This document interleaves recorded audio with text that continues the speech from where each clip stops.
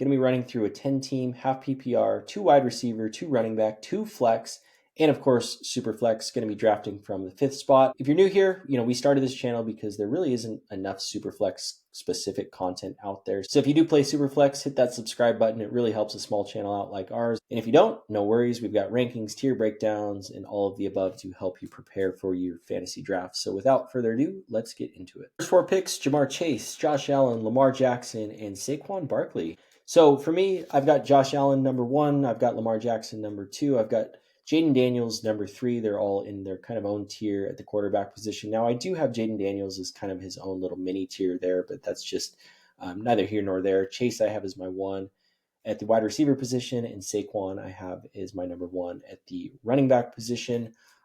There's a few ways I can go here. I could select Jaden Daniels, lock in that top quarterback available to me. It's always advantageous to get the last player in your specific tier.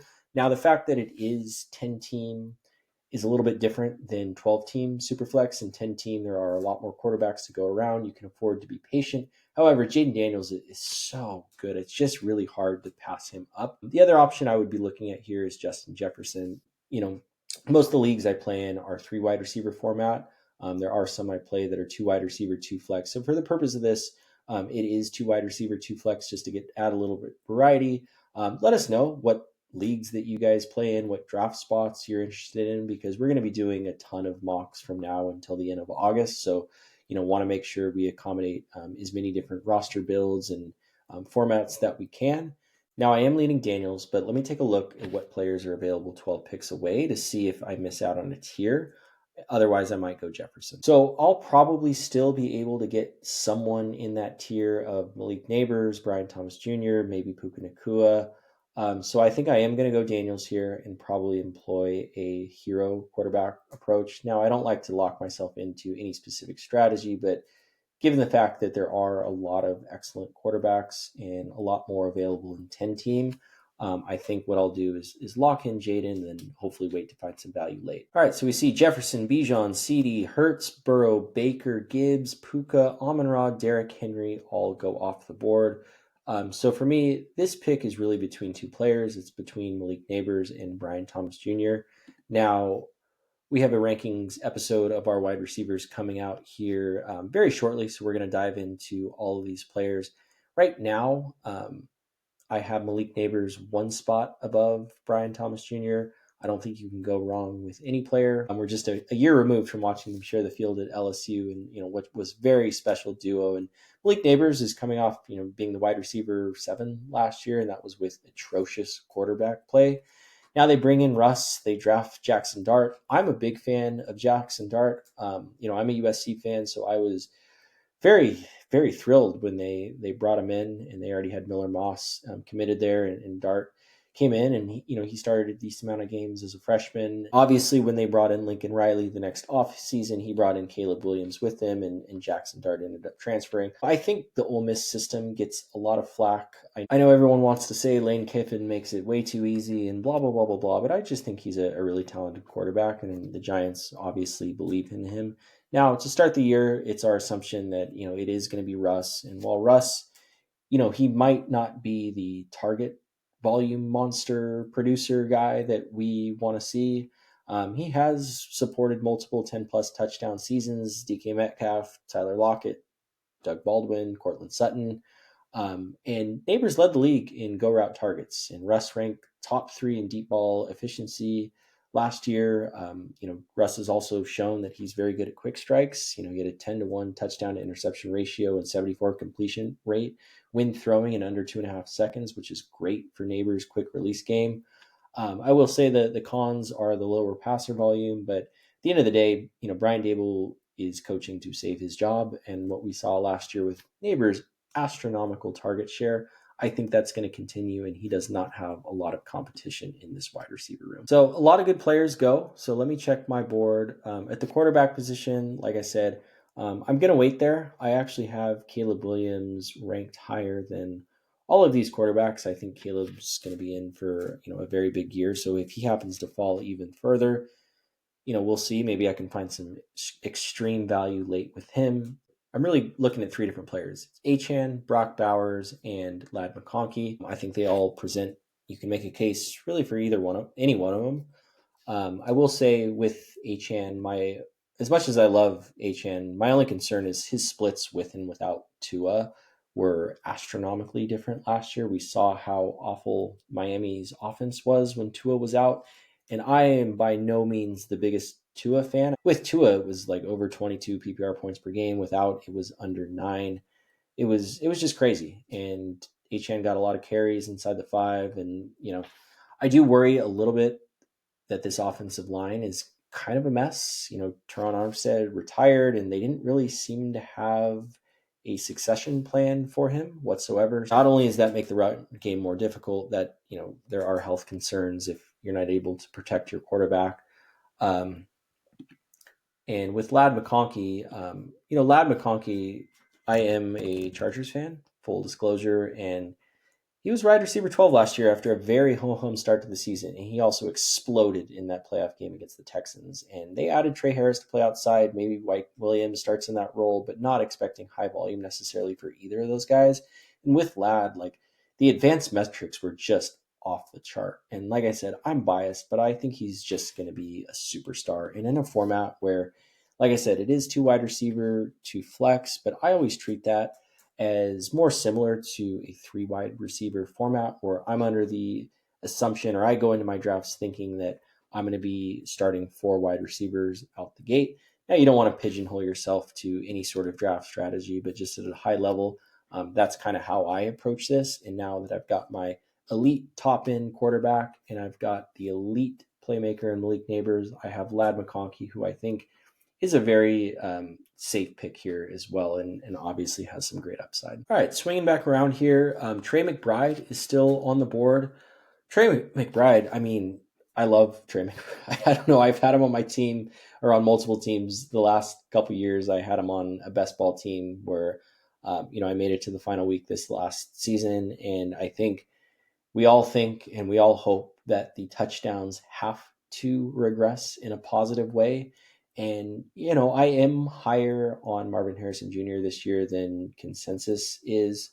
But my fear is that the coaching staff is just not going to change their game plan with Marv. And he's just going to be the 1980s throwback X receiver and going to have low volume and is going to have to win on the boundary. And they're not going to get him the ball in creative ways. And until I hear otherwise, I think Trey McBride is going to be the top target earner in this offense. And I think with the tight end position, the way I've been attacking it so far in drafts is my favorite tight end to target is Kittle because I can get him typically a couple rounds later instead of kind of playing that game of cat and mouse with Kittle later.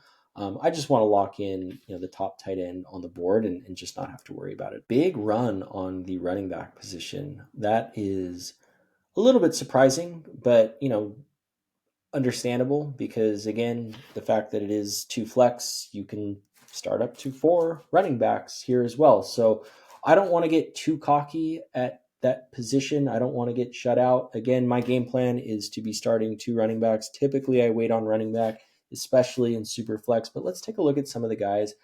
James Cook, I really like. Joe Mixon, I've never been a big Joe Mixon fan, but man, he's just been producing year over year. Chuba Hubbard, interesting. James Conner, I like as well. Let's take a look at the wide receiver position. T. Higgins, that's an interesting one. Tyreek Hill, I'm not super confident in Tyreek Hill this year. I've got kind of a laundry list of reasons that I'm sure are the same reasons that anyone that has concerns with Tyreek has.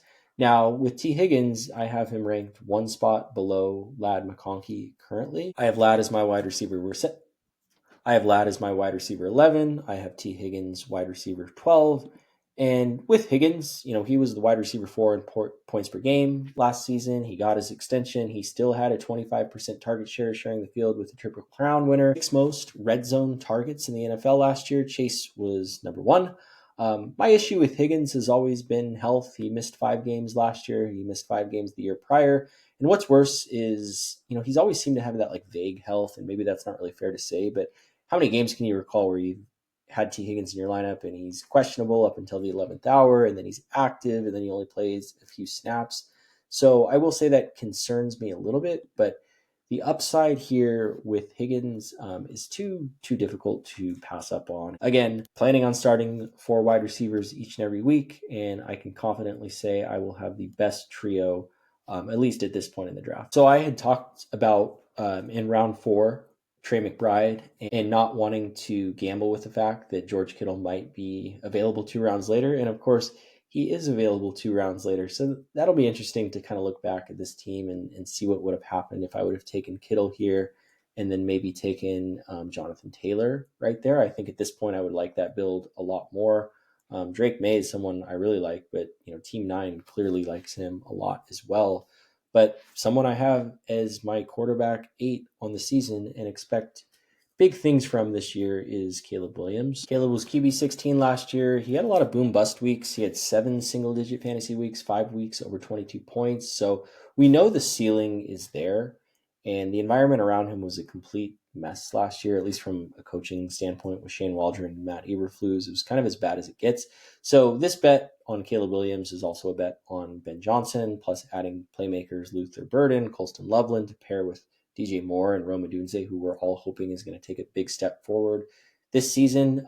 Looking at the blueprint Detroit had, Detroit was number 1 in red zone scoring drives per game. The Bears were last. So if you can kind of just improve on that, this will be a victory.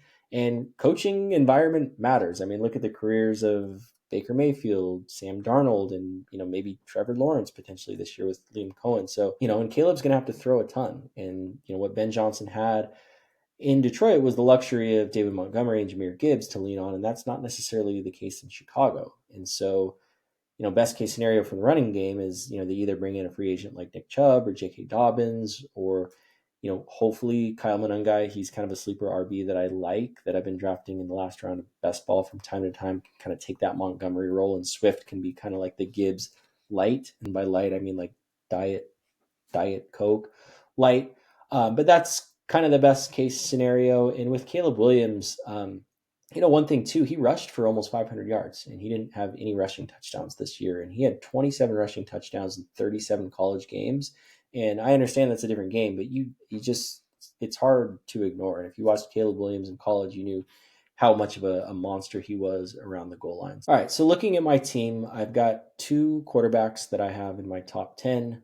I've got 3 wide receivers that I've got in my top 12, and I've got my number 2 tight end.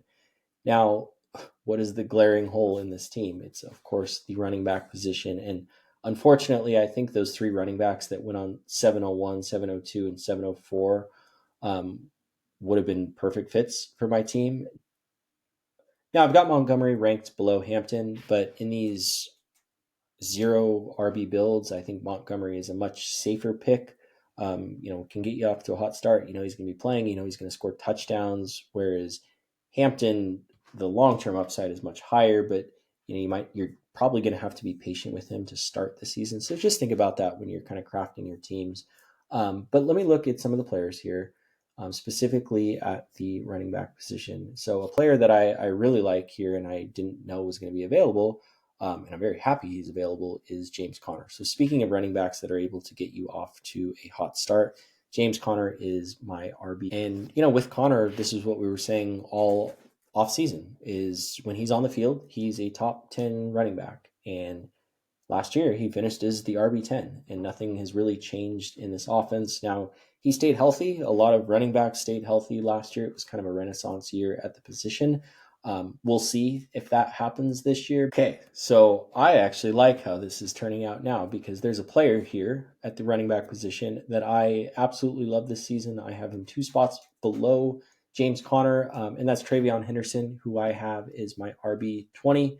So can't say enough good things about Travion. I'm sure you guys all saw him throughout his career at college. He was a remarkable freshman at Ohio State. Then he battled some injuries. And then this last season, when they won the national championship, he was just an absolute stud. He has 0 fumbles over his last 4 years at college. He's the best pass protector in the class, and just brings much needed electricity to this offense. He can play a similar Jahmyr Gibbs type role, which is exactly what we saw at Ohio State between he and Judkins that last year. And Ramondre Stevenson I don't think he's that great. I feel like sometimes we want to think he's better than he is. And he also had 6 fumbles last year. He got benched in favor of Antonio Gibson, who coughs up more fumbles than anyone. Stevenson should still get the goal line work. And, maybe that's kind of the only drawback. But I think Henderson is a guy that Mike Vrabel is going to love. I think he's going to be a star. I think Drake May is going to be a star, and really liking the way that this team is shaping out. All right, so there's a few directions I can go in here. I will say the caveat with drafting against the computer, even though it is the Fantasy Pros consensus experts, is for whatever reason, they don't take a third quarterback. Not really sure why. So for the purpose of this, I'm just going to pretend I'm taking a third quarterback. They've all taken third quarterbacks. Someone in this range that I would probably be targeting is either Stafford or Bryce Young. Stafford specifically, when I draft someone like Caleb Williams, Stafford brings, a level of stability that, we haven't necessarily seen from Caleb. And same being said for Jaden Daniels too. But for the purpose of this, I just won't go ahead and draft a third quarterback just because the computer's not going to be doing that. Chris Olave. So Chris Olave, I'm sure if you've been watching the last year, he's one of my favorite players. I think he's just a remarkable talent. But this year, love the price tag. And I don't know if Tyler Shuck's going to be good. I don't think that Olave and Derek Carr had much of a connection either. I think Derek Carr was actually kind of underrated in fantasy, only really for Superflex over his career. He's kind of always been in that 15-ish range, but I don't think he and Olave were ever really fully on the same page. I mean, we saw that last year with Rashid Shaheed. So I think the fact that Shaheed is coming off injury too, and I think whether it's Shuck or Hayner or Rattler, they're probably going to be locked in on Olave specifically in training camp. We know he has the talent to be a top 15 wide receiver, and I really hope this is the year that he puts it all together. So looking at the board, Rome Odunze is someone that I like quite a bit, and there is the opportunity to stack him with Caleb Williams. Now, in redraft, stacking isn't as ever present or necessary as it is in best ball, and typically the way I approach stacking is you don't want to do it in the first couple rounds. Like last year, a buddy of mine in our home league stacked Jalen Hurts with AJ Brown, Superflex, of course. And when one of those guys goes down or both of those guys goes down, it really just tanks everything. And there's just too much invested in that. Now, with Rome, there's a lot of target competition this year. And I was one of the people, or I'm in the camp of people that really like Luther Burden a lot. I like Colston Loveland a lot too. Never been the biggest DJ Moore guy, but I like Rome Odunze a lot too. And I think having him as my wide receiver 4 eliminates some of that risk of stacking that if it was say Lad McConkey and Justin Herbert, for example. So I'm going to go with Rome here and hope for the breakout. Now, this is the point in the draft where I probably need to start hammering running back. Again, I'm not going to pigeonhole anything here. I've only got, I'm sorry, I misspoke. Oh, Rome was my wide receiver 5. So that makes it even better. Yeah, I misspoke previously. So as much as I need running back, there aren't really any guys that I like at this point. I think enough will make it back to me that I can hammer those with the last few picks. Someone who I do really like is Stephon Diggs. We'll see what happens. I know Vrabel wasn't too happy with him. We all saw the video, but I think there's enough upside of him being Drake May's wide receiver 1 to get in the 11th round is not something I'm going to pass up on. So looking at the running back position, Tootin's interesting.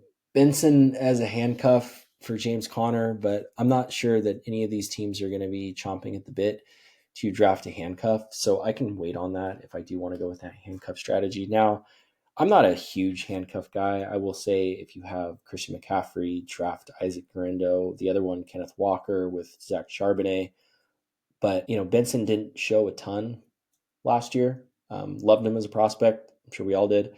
But we'll see. I think he can develop, and I think he's got all the talent in the world, but not someone that I want to be selecting here. Liam Cohen is going to design a good run game for the Jaguars, and we don't know who the number 1 running back is going to be. We don't know if it's going to be 2 featured guys, 1 featured guy, 3-headed monster, who's going to play what position. The only thing we do know, or what we also know, is that Tootin was the only player that's been selected at that position by this regime. So they like Tootin. I like Tootin too. I mean, he brings an element of speed that I think that this team could use. Now, we'll see what happens, but I think in terms of shooting for upside here, he's someone I'm comfortable taking. I really wish the computer would just take 3 quarterbacks. That's a little bit silly. Maybe for the next draft, we'll just kind of manually select someone if they let us do that. But looking back at the board here, I talked about Rashid Shaheed earlier. I do have Chris Olave. So not going to be going in that direction. Thielen's interesting because there's a chance the first few weeks of the season he actually leads this team in targets. I know we all love Tet McMillan. I love Tet McMillan. I remember the first time I saw him play when he was playing at Servite. I saw one play while he was on defense and immediately thought this is the best athlete on the field, which of course he was. However, I'm not sure he's going to come out week 1 and lead the team in targets. So I will go Thielen here. I think with Thielen too, it presents an interesting opportunity to sell high. If your assumption is Thielen is very old and he's not going to stay healthy all year long, but he comes out, he's playing the slot role, he gets 10 targets the first 3 weeks, he's scoring points. We've seen his ability to score in bunches with Bryce Young. So I think that's someone that, if you play your cards right and if you're not in the savviest league, you can flip for maybe a nice running back position or piece. All right, so with the last couple picks, I will fill these out ideally with running backs. I'm not going to touch Jerome Ford. They completely made over that backfield. Jaden Blue is the pick here. I don't think Javonte Williams still has much gas left in the tank, which is unfortunate, but, he is going to be getting the starting role. But I think Jaden Blue just brings an element of electricity that Dallas needs out of the running back, and he can catch passes. We know Dak can throw those swing routes. He's excellent at those. So, he can kind of have his coming out party at some point, like similarly to how we saw like a Keaton Mitchell maybe a couple years ago where, Keaton Mitchell wasn't even drafted, but, a late round-ish guy and kind of take the league by storm. And so I think Jaden Blue has that in this game. Last pick here, someone who I have talked about is a breakout, someone who I have drafted a ton of in best ball, who is going to be the number 2 wide receiver. And if Flacco is the starting quarterback, might see a decent amount of targets and maybe some okay targets. I think Tillman profiles as kind of that old school X. He's big body, he's fast.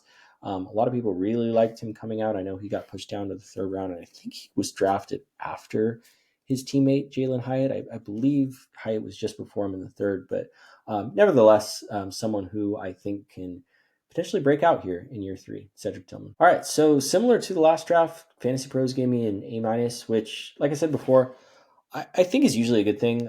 You don't want to score too high because that's just when you're making all the computer picks and you're kind of just pressing play, and that's just a little bit dumb. You don't want to score too low either because Fantasy Pros is a lot better at this than like ESPN. I said that last time too, but ESPN, you just walk out of your draft with like a D plus and you have the best team in the league or something ridiculous. But overall, got 2 top 10 guys at the quarterback position, at least for my rankings. Got 2 wide receivers or 2 running backs in my top 20. 3 wide receivers in my top 12. I got Chris Olave as a flex, who I really like. And then I've got Rome, who I can be patient with. Diggs, hopefully he comes back. Hopefully he, has his role. Tootin's a flyer with a lot of speed, a lot of upside. Same with Jaden Blue. And then Thielen hopefully can get me off to a hot start, maybe flip him in a trade. And Cedric Tillman, who I like, is a breakout. So with that, thank you so much for watching, and we'll see you in the next one.